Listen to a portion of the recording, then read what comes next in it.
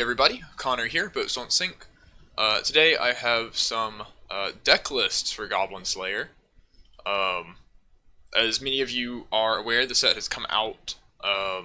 The Goblin Slayer level 1, I'm sure everyone has seen the price on by now.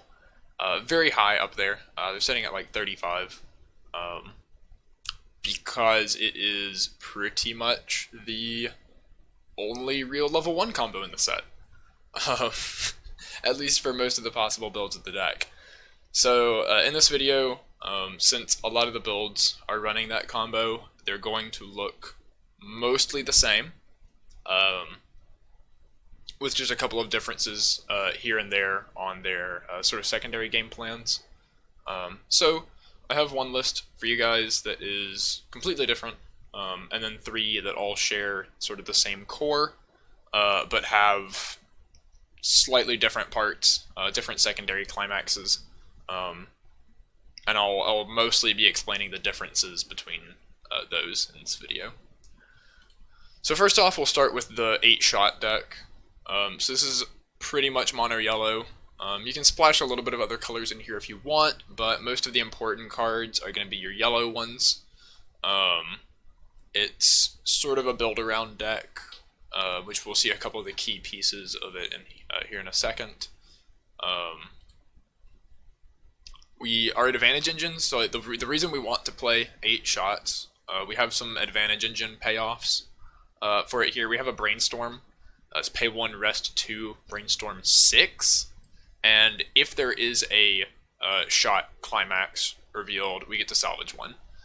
So it doesn't get us multiple salvages if we hit 2 or more, but we're pretty much always just going to get pay 1, rest 2, salvage, which is pretty good. And mill 6 lets us get through our first deck quickly, which means we can go into more compressed second and third decks earlier in the game, which can help us out quite a lot.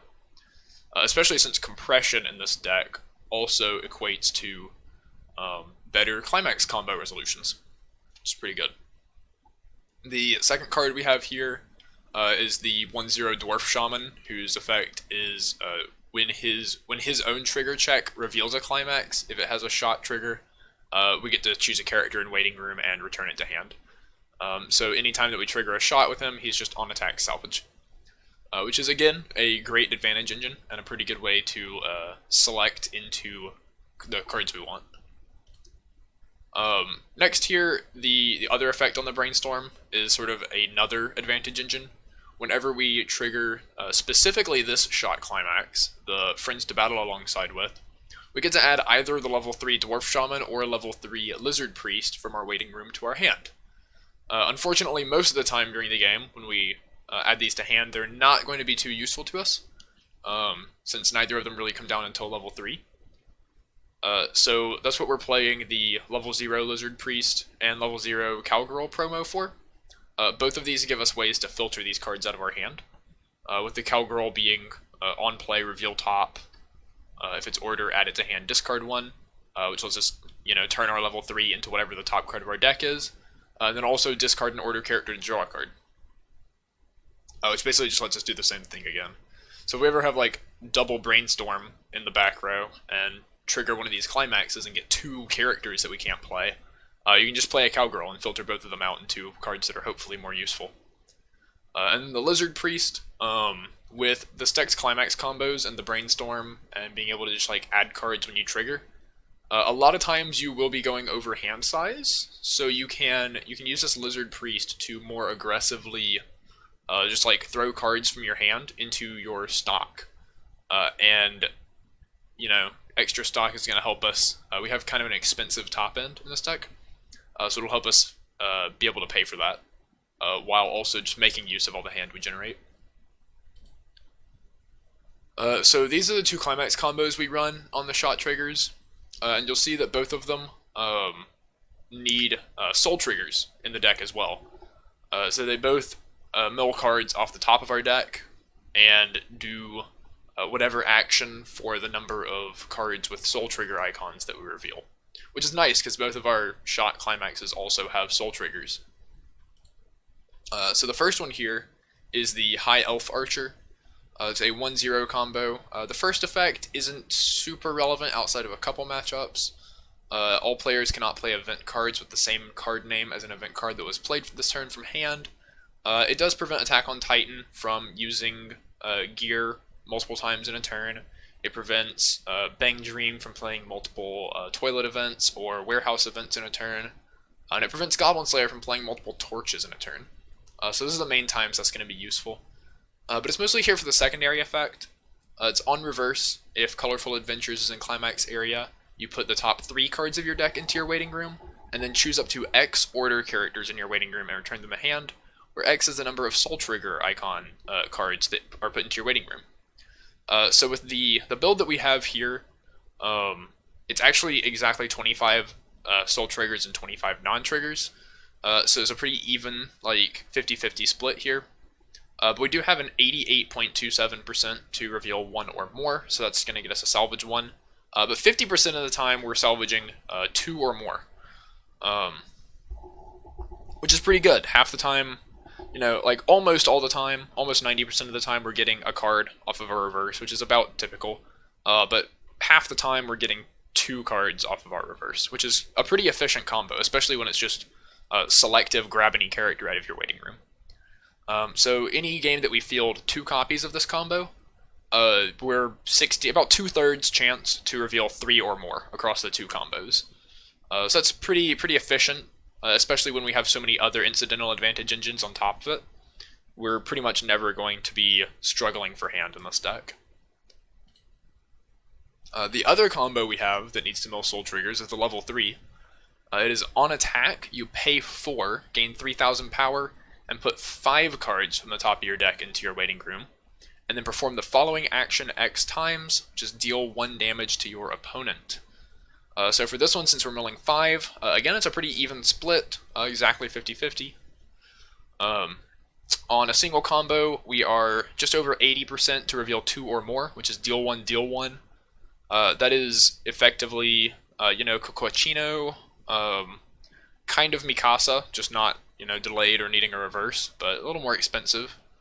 But 50% of the time we're going to hit 3 or more, which is, that starts getting very good, right? 3, deal 1, deal 1, deal 1 is very powerful. And then if we get to play 2 of the Sky, which is going to be on 10 stock to resolve 2 copies, we get to, we have about just under a 2/3 chance to reveal 5 or more across 2 combos, which 5 burn 1s on a 10 stock top end is pretty reasonable, especially when we also just have shot triggers in the deck to give us even more like damage confirmation on our actual attacks. And then obviously this can be like, the more compressed you are in terms of climaxes, since they have soul triggers, the better these numbers are going to be. And since we're playing another card that I'll show in a second, we can make these numbers even better. But so the other cards we've got here, one of the cards that can help us is this High Elf Archer level 0. It's a free runner, so this is our plussing 0 of choice. But it also has on attack, we can shuffle 2 characters from our waiting room back into our deck, which means that we can shuffle characters with soul triggers back into our deck for both our level 1 and level 3 combos, and get better rates off of both of those. And then the other card here is the High Elf Archer level 3, which doesn't actually help us with our numbers, but it makes use of the fact that we're playing a lot of soul triggers, and a lot of those are on level 2 and 3 characters.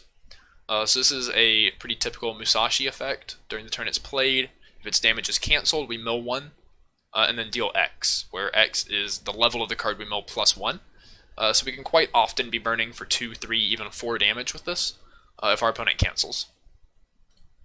And you'll see also, we're playing the blue level 0 Priestess. This is the one that on play, you mill 2, and if there's a level 0 or lower, you get to side attack without soul penalty for the turn.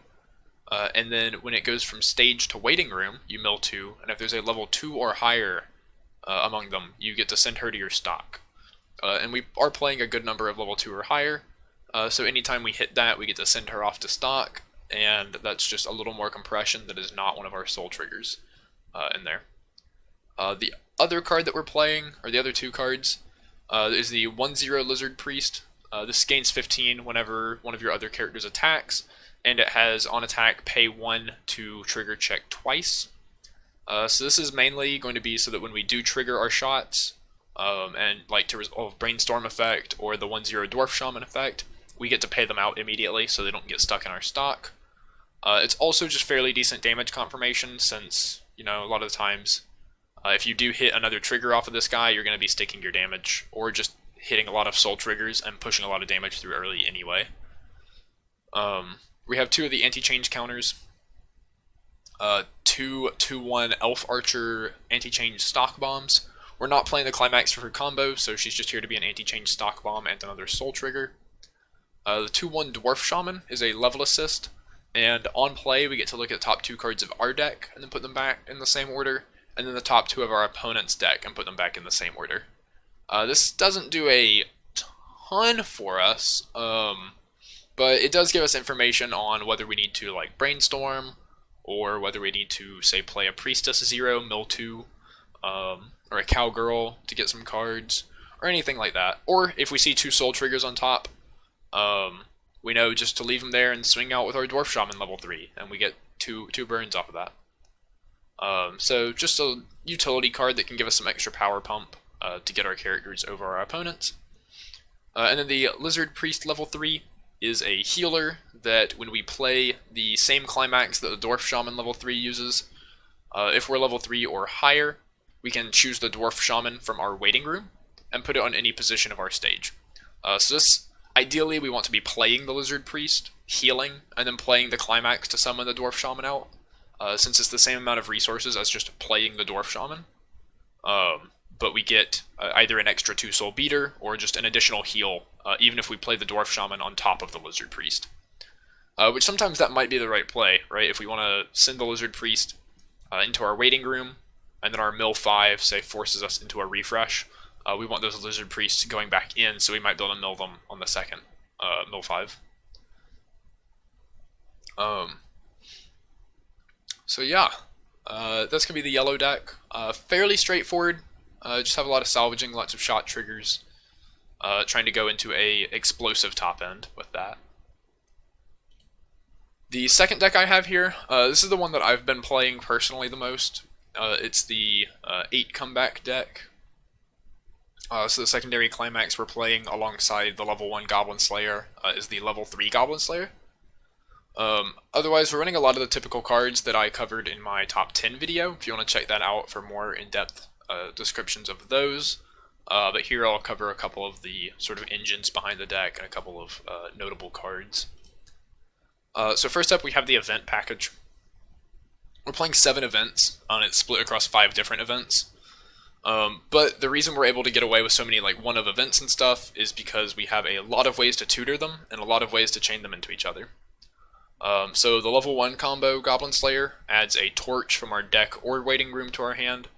So we're playing 1 copy of the torch that moves our opponent's characters and 3 copies of the camera event torch.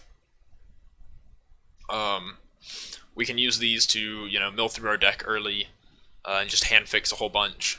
Super powerful combo. We can often just grab like 1 copy of the movement torch in case our opponent ever has to like crash a lane or anything like that. We get to kill a brainstorm for free, which against a lot of decks can actually set them back pretty far. Or against like Konosuba, we get to pull up an ambush union or something like that. And that can make a big difference throughout the game, just forcing your opponent to have to replace those characters over and over again. Next we play the 3/2 early play Goblin Slayer.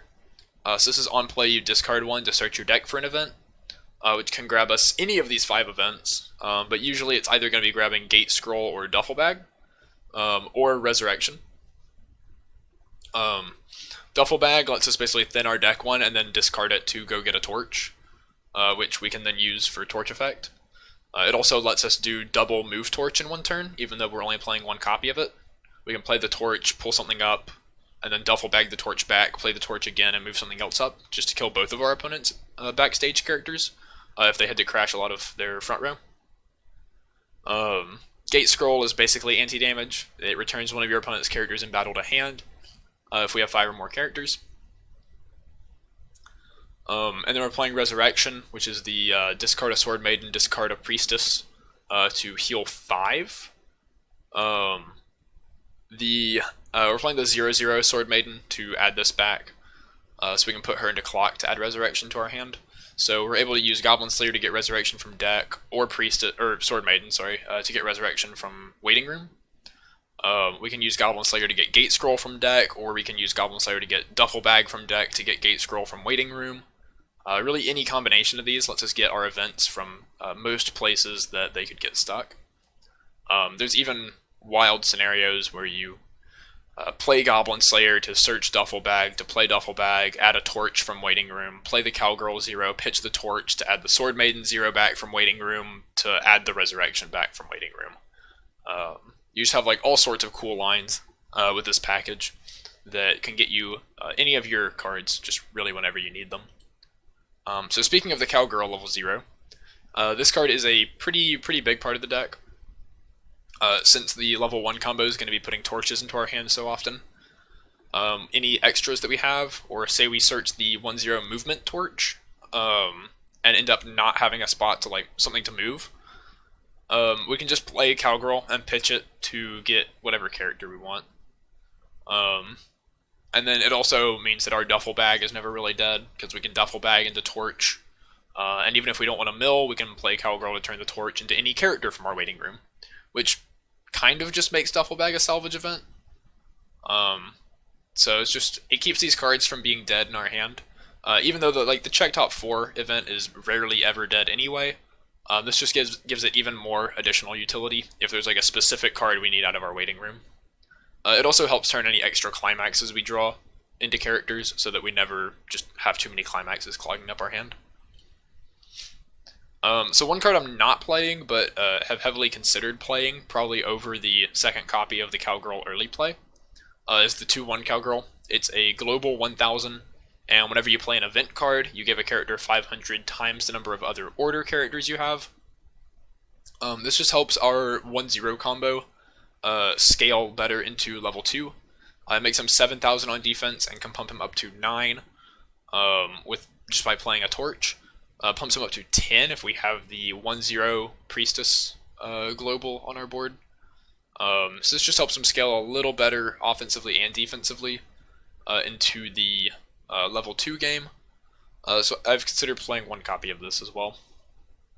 It also opens up cool lines where we can play the Goblin Slayer early play, search a Duffel Bag, play the Duffel Bag to pump on offense, and grab a torch so that we can hold the torch and play the torch on defense to pump again. Which just gives us a lot of cool defensive lines. So yep, here's that whole deck. The only other cards really that I haven't covered in here are we're playing the Sword Maiden Ricky, 3 copies of it, Welcome to the City of Water. It's on play, pay 1, clock yourself, search your deck for a Goblin Slayer. Usually going to be getting level 1 combo, but we can also use it to field additional characters at 0 with the Chaser, or search Anti-Change, or the early play, or anything like that. We can also search our level 3 combo, though we're rarely doing that. Speaking of the level 3 combo, that's one of the other characters that I haven't really covered. During your turn, gains 2k. On play, heals and climax combo with the Last Breath comeback. When it reverses battle opponent, we get to deal 1, and then put that character on top of our opponent's deck.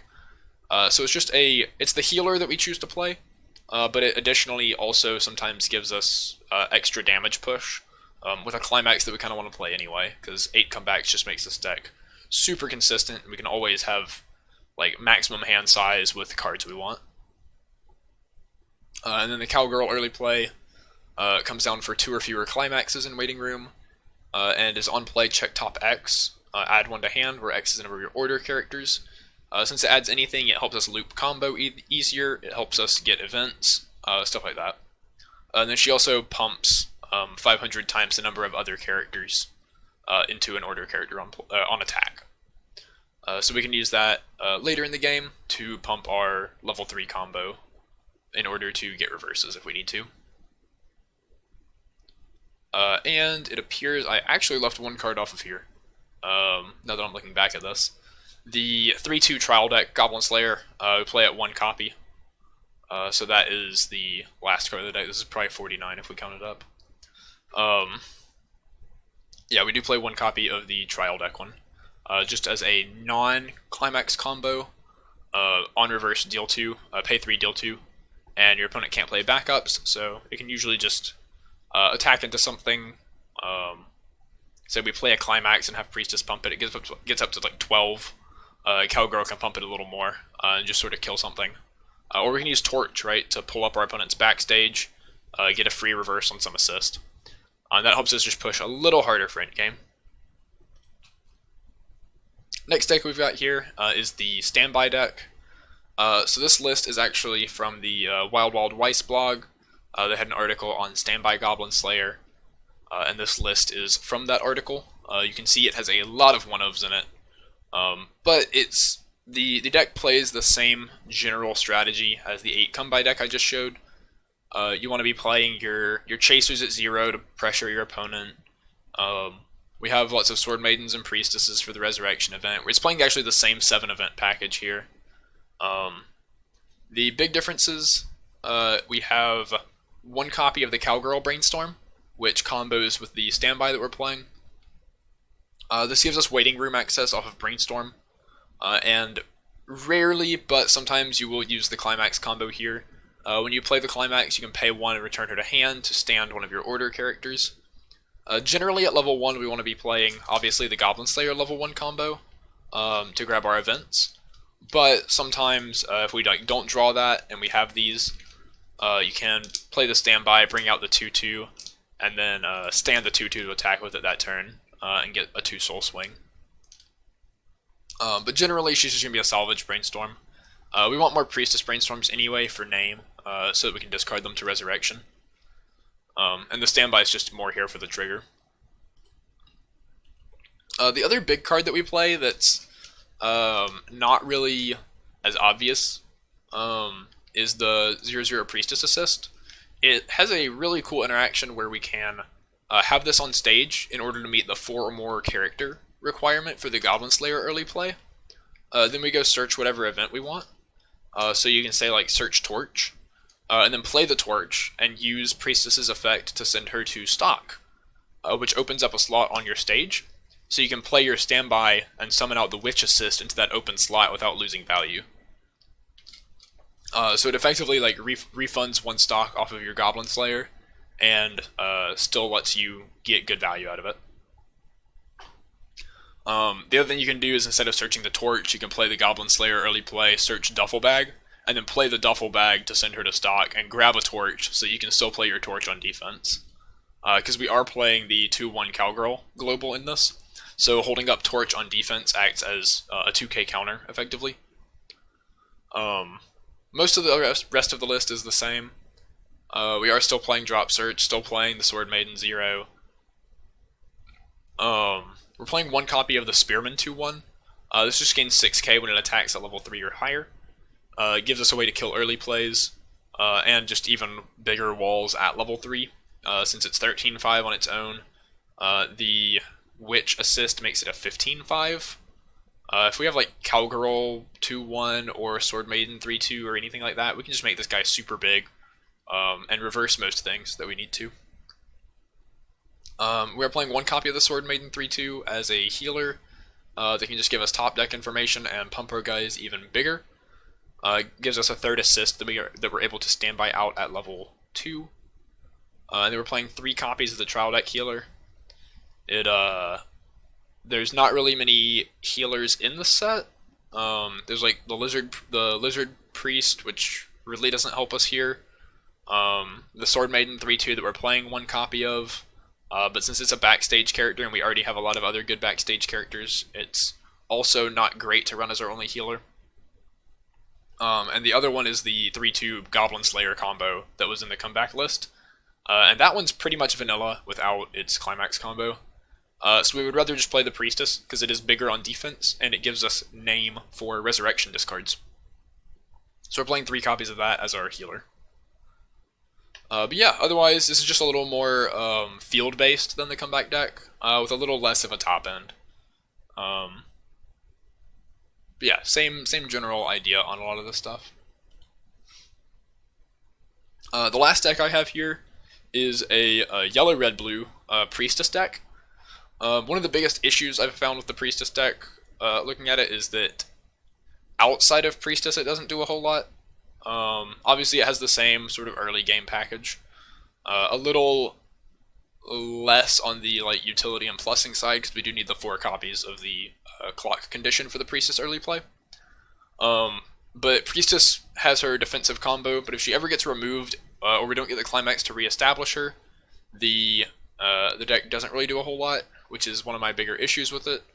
So we're splashing yellow in this list in order to just give us a little more of a top end that we can transition into out of the minus soul mid game. So obviously main strategy of the deck is get this down at level 2, draw a bunch of cards, and keep looping our combo. It makes her 10-5 on defense, plus whatever assists we have, and she minus souls your opponent's whole board. The condition for early playing her is having the 0/0 Goblin Slayer in your clock, which has an alarm effect on its own. To beginning of climax phase, look at top 2 and put them back in the original order, which is going to tell us whether or not our Priestess 3/2s are going to hit on their top check. And it tells us sort of what order to attack in order to get the best value out of them. And then once we transition into level 3, we can play the Sword Maiden level 3 as a healer that can also rest herself to look at top 2 and put them back in any order, which also, being a main phase effect, lets us brainstorm or anything like that if we don't like what the top 2 are. Say it's like 2 climaxes or whatever, or like a climax and something else, and we really want 2 hits off of our Priestess, we can do something to move those out of the way. And then, or say it's like 1 climax and something else, we can even play the drop search and just scry it to the bottom and not shuffle our deck with the drop search effect. So it gives us some good utility to control our Priestess top checks, to keep the minus soul going as long as possible. But for the games where we don't get to minus soul, we do have a top end here to sort of supplement that. The High Elf Archer Musashi from the 8-shot list, we are playing a couple of here, since we're still playing high enough, like level 1, 2, and 3 counts to get decent value out of this. And it has on play pay 2, return one of your opponent's level 3 or lower characters to your opponent's hand, which, since Priestess does have to live to stay on board, this lets us bounce big walls, lets us bounce things like Futaba against Bunny Girl Senpai, or in the mirror, if they have Gate Scroll held up, we can bounce one of their characters so they no longer meet the 5 character requirement, or just anything like that so that we can keep our Priestesses alive in order to have their minus soul effect on the opponent's turn. And it just helps us push a little extra damage at the top end. And we're playing 1 copy of the Goblin Slayer 3/2 that we've played in all the lists. Here it's a little more useful, since we have the 2/1 Priestess assist. It's a 2000 assist to level 3 or higher characters in front of it, which is going to make our Priestess 3/2s 12/5s after combo on defense, which is a little easier to protect. And it has on play discard 1 to bond the Goblin Slayer 3/2. So even though we only play 1 copy, we can get it as an additional top end with a little more consistency. So yeah, pretty much everything else from this list is stuff that we have already seen. We're playing the Elf Archer runners to color fix yellow. Yeah, and we decided to, instead of playing the event package in this, we just want to have the top end and Priestess. Since if we cut anything for the events, then I feel like we don't have enough of a top end to actually close out games where Priestess doesn't work out. And if we, obviously you can't cut, you could cut Priestess for the events, but then why are you playing a Priestess deck? So yeah, like I said, a lot of the general strategies of these decks is going to be the same. Get to level 1, play as many Goblin Slayers as possible, search torches out of your deck. If you don't have any in deck, get them out of waiting room. Mill through your deck with the counters so you hit first refresh early, which puts you into a compressed deck state before your opponent. Goblin Slayers are fairly big on defense. They're 6k printed, 7k with Priestess Global, 9k after backup. So you can win lanes, you can keep pushing damage, you can keep playing torches and then playing climax combo and looping them back. It's really cool because if your Goblin Slayer ever dies but you have torch in hand, you can play Cowgirl, pitch the torch, add the Goblin Slayer back. All sorts of cool stuff. So yeah, thank you guys for watching. Hopefully y'all got a little bit out of this and maybe see some differences in these three builds and help figure out which one you might want to play. I know a lot of people are still debating on which one the best build is. I don't know for sure. I've really been enjoying the 8 comeback build, but I'll definitely be trying out Priestess a little more in the coming weeks leading up to Springfest. I know a lot of people are on the standby train, so maybe once we start getting some tournaments, we'll see which one is doing the best out there. So yep, thank you guys, and I will see you next time.